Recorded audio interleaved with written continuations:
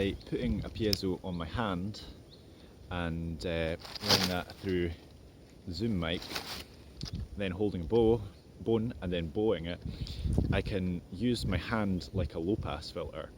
So when I bow when I bow this rib bone, there's a lot of high end as well, but because my flesh only really, like the high frequencies tend to pass a lot better through harder sort of materials like steel and that, and yeah, bass tones go through soft materials fantastically.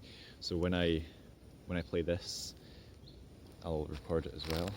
I won't sync it up because that's a lot of effort. When I do this, I can hear in my ear that's only the low frequencies that are passing, which is really, really cool.